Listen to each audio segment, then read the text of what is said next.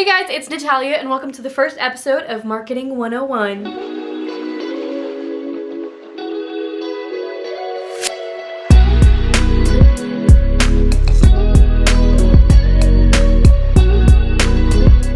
So I've been wanting to do a series like this for the longest time because one of my most commonly asked questions is, how do I market my brand? How have I grown my audience? Where do I start? All those things. So I figured I would put my skills to good use and help you out. By no means am I any sort of professional at this. I did not go to business school, did not study marketing. I have genuinely just learned it on my own and learned it as I went with my business. If you're unfamiliar with me, my business, who I am, first of all, hi, I'm Natalia. I run a slow fashion brand called Natalia Trevino. It's just named after me. And I started it back in June of 2020. This was my following when I first started. And as of right now, in January of 2022, this is where we're at. So you could say that overall, I've been able to really gain an audience pretty fast. Even within the 6 months, like this was my 6-month difference between June 2020 and December of 2020. I feel like I've learned a lot of things. I feel like I have a pretty good understanding of marketing, and I feel like as the years go by, I'll learn more and I can just continue adding to this little series because I just don't think that marketing is like a said and done thing. Like I think it evolves a lot over time as society evolves as well. So I kind of want to keep it as a continuous conversation. But today we're just gonna start with the basics. So let's get straight into it. First things first,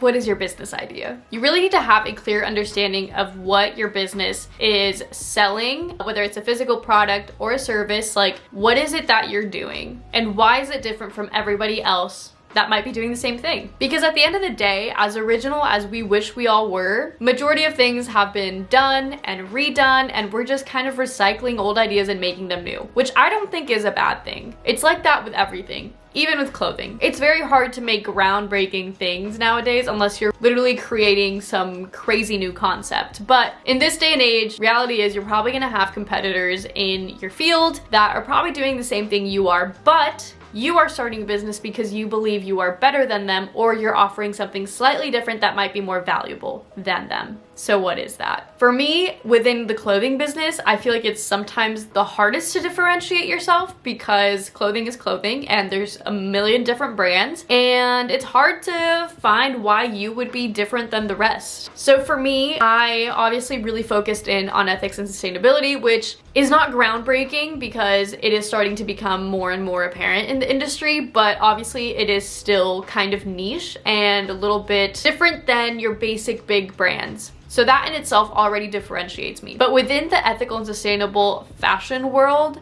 I needed to find something that differentiated me. So for example, I find that like maybe my biggest quote unquote competitor would be a brand like Reformation. Mostly because their aesthetic and their style kind of matches mine a little bit more, because I find that, you know, other brands like Girlfriend Collective or like Make the Label and all these other popular sustainable and ethical brands are more like loungewear or activewear, and that's just not my playing field. So I find that it's actually kind of difficult to find some sustainable and ethical brands that are within the same style as I am. So I find Reformation to be the closest to that, within kind of like the same price point where it's not like super luxury, but obviously it's not fast fashion because it's ethical. So that's who I identified personally as kind of like my biggest competitor. So that brings up the question, like, why am I different? For me, one of the most important things with my brand was to be as inclusive as possible, and that is something that is definitely rare in the industry. Everybody is so different, every body type is so different, like there's just like proportions are different, body types are different, so it's very hard to standardize sizing. So for me, the way that I've found a quote unquote solution to that is doing made to order and doing custom sizing. So that is how I found my kind of niche and my differentiation from a brand like Reformation. So you need to find what makes you special, and maybe it isn't something as groundbreaking or as like crazy as being made to order versus, you know, standard inventory sizing, but you need to find something that just like makes you a little bit different, just like a little something that's like, yeah, I can't get that anywhere else. That is step number one, and something you really need to have down above all, because if you don't have a clear business idea, you can't have a clear marketing strategy.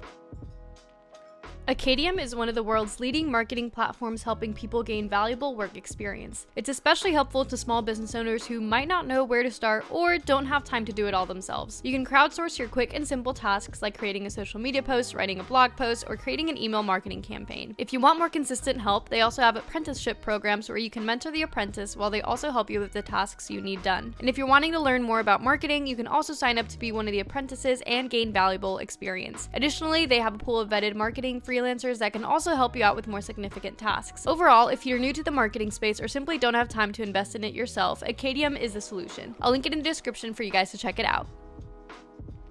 So now that you have a clear business idea, let's talk about your clear target audience. I feel like this is an often overlooked kind of part of marketing, but it's so important to know who you're marketing towards because that kind of determines how you market. So if you really want to go in depth on your target audience, literally make like a fake profile of the person you're marketing towards. So what is their age range? Are you targeting like Gen Z, millennials, boomers? I don't know. Like, is there a specific like generation or age group that you're targeting? Is it like college kids? Is it like freshly graduated people? Is it people that are retired? Like, what age group is it, or what kind of general age is it that you want to market towards? Secondly, you also want to think about the gender identity of your ideal customer. Like for me, ideally it's mostly female because I do make female clothing. Does that mean males cannot buy my clothing? No, but it just means that I'm probably just going to be targeting females majority because that's like who my target customer is, if that makes sense. And you can have products that target, you know, every gender possible. Like that is definitely a thing, but you want to make sure you identify that as well. Just because it is important to know how to market to people, because different groups of people kind of prefer to be marketed in different ways, if that makes any sense. So kind of have that down, figure out what kind of general route you want to go with your customers and who your ideal customer base is. The next thing you want to think about is, what are your customers like hobbies? What do they like to do? What are their preferences? Like for me, my ideal customer is somebody who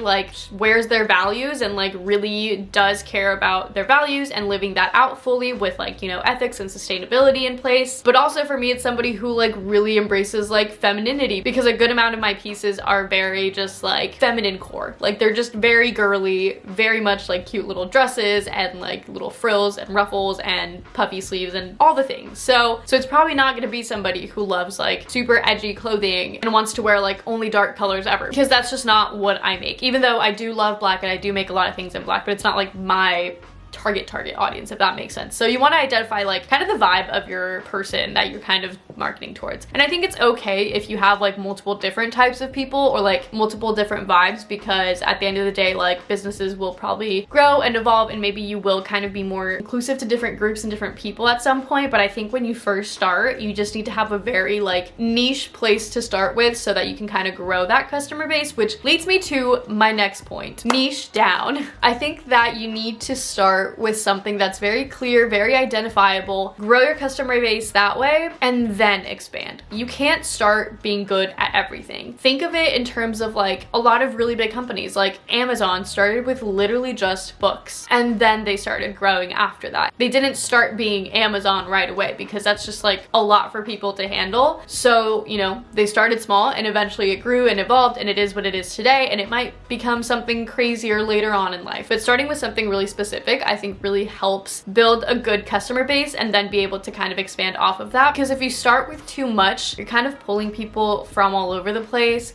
and you're not gonna have a very like specific audience because it's gonna kind of just be everywhere, which makes it a little bit harder to market and a little bit harder to kind of like grow maybe. So I would start with something that you're like very, very good at, you're like one thing that you want to start with, and then kind of expand later on. Like for me personally, I would love to do men's clothing at some point because I do believe there's a lack of sustainable and ethical menswear out there, but it's not something that I was taught in school. Like I didn't learn that, so I'm not knowledgeable in it, and it's not something that I like can just like do right off the bat. Like I can't just target both men and women at the same time because I'm trying to like really grow one thing really, really big, make sure it's like good and solid. And once that is good and solid, then I'll have like the time and the resources to be able to invest in like the next part of my business. But I don't think I'd be as successful if I was trying to like target both at the same time, if that makes sense. Another big brand that kind of did this was Apple. Like they started with just computers and now they've made a million other things, but they started with one thing, made it a really big deal, people really loved it, and then they expanded. it into something else. And I just think that that is like the easiest way to go about it. Even like big name designers will start, you know, with making clothing, and then once they're successful, they'll expand into like leather accessories and handbags and sunglasses and like all these extra things, but nobody starts with everything all at once. So all of that is to say that you should probably find some sort of niche, stick to it, find what you're really good at, and solidify that idea before you start kind of branching out into the rest. Because I think it's easy as an entrepreneur to want to do everything and to have a million ideas going and like know that you could be successful at all of these, but you have to start with one at a time, perfect it, and then move on, because that just solidifies your audience a lot better and allows you to grow in a more organic way, and just like it's better for everybody. And the next thing that I think is often overlooked when you're trying to, you know, start your following and gain an audience and customers and all the things is that you need to be investing in your current customers as much as you are in trying to find new ones. And how do you do that? You create community. Community is so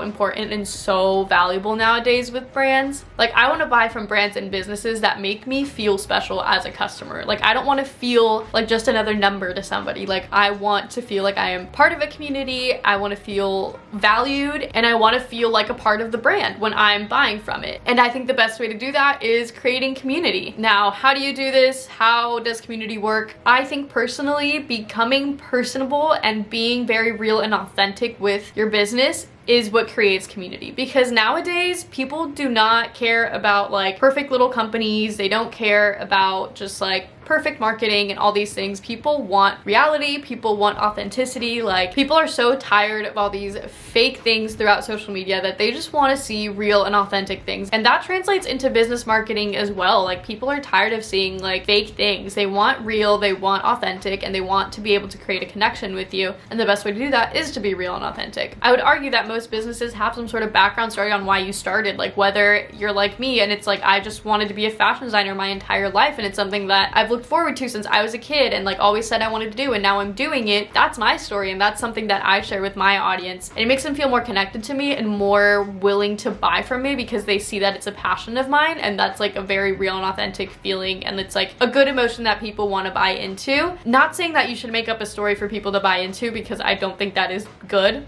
Again, we're trying to be real and authentic here, but it is very true that once you put like emotion and passion behind something, people are more willing to support it. So if you're starting like some sort of food company and you're selling cookies, like maybe it's because you and your grandma made cookies like all growing up, and it was something that you really cherished, and in honor of her, like now you're starting this business. Like, little things like that will really make people want to buy from you, because otherwise, if you don't have a story, you're just some other generic brand. It's like, why would I want to support you? What are you offering me? What am I putting my money towards? And as a consumer, I personally want to be putting my money into other people's like dreams and passions. Like, if I see somebody who's been like super passionate about their business and just like really shows that emotion online, and you can really feel it through their marketing, like I want to buy into that a lot more than like buying through Amazon, where it's just like this big corporate thing with no emotion. You know what I mean? So create community, be authentic. I think that another way of really showing that is, you know, creating special offers for your customers. Like, every once in a while, give your existing customers a little discount code, a little like perk, you know, make them feel valued, make them feel seen, even if it's just a simple like thank you on like Thanksgiving Day or something like that. Just anything that makes them feel special and valued as a customer will make them keep wanting to come back. And that being said, the best way to find community and customers nowadays is probably social media. Unless you're like a local brick and mortar store, then I think actual in-person customers are going to be your best bet. But I find that a lot of people are also e-commerce nowadays, so I'm going to kind of generalize it around that because that's what I am. Social media is going to be your best friend, because yes, you can pay for marketing ads and you can pay for Facebook ads and all these things, but you can also just market yourself on all those social platforms for free, and you might actually get more in return than you would paying for ads if you do it correctly. So I think first things first, you need to try out every social media platform. Like, if you're only on Instagram, if you're only on TikTok, if you're only on Facebook, like you're probably not going to get as far as if you're in all three. And you never know which one's going to do better for you. There's some people where like TikTok becomes their main thing, and like that is where they get most of their people. And there's other people that like Instagram's their best thing, and that's where they get most people. So I think that you really need to like test it all out and try every single platform and kind of feel which one works best for you, your business, your kind of like vibe overall, because you never know which one's going to do better. You might think Instagram's your thing, and then next thing you know, you're like a TikTok star. So I think you should definitely be open to trying anything new. And if any other new social media platform pops out in the future, like get on it, try it out. If it doesn't work out, it doesn't work out. But I think that testing everything is really, really important. Even email marketing. Like, you might think that nobody cares about getting emails, but I don't know, maybe people actually do, and that's where you end up getting a lot of your sales. You just never know, and I think it's important to be open to doing everything, not just what you think might do well. So that is it for this episode of Marketing 101. I have so many planned out that are a little bit more specific to like just like Instagram marketing or TikTok marketing or just like different things like that, but I would love to know what you guys want to see as far as this series goes. I'm so passionate about marketing, which is so random to me because, again, not something I studied whatsoever. I literally just studied fashion design, but I just find marketing to be such an interesting topic because it really just dives into like the psychology of a human being and how different ways of communication might make us like more likely to buy something or not. Like, it's just really interesting to me and I would love to dive into it. So let me know what you guys want to see. Comment it down below. I would love to hear your requests, and if you liked it, give it a thumbs up so I know that you did and I'll know to make more. Also, don't forget to check out Acadium down below if you want any help on marketing or if you want to learn more about marketing. The link will be down below for you guys to check it out. And that is it. I will see you guys in the next one. Bye!